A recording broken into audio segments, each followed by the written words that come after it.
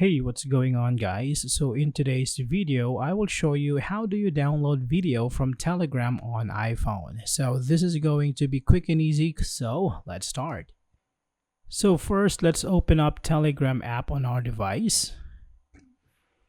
Now here, you want to search for the video that you want to download. So you can go to a group that you belong where the video is.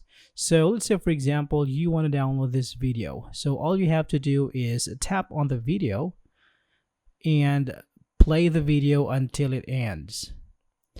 Now after this one, you can tap on the three dots on the upper right corner and tap on Save Video.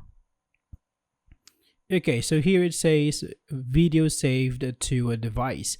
So you can go to your photos, and here we can see the video that we just downloaded.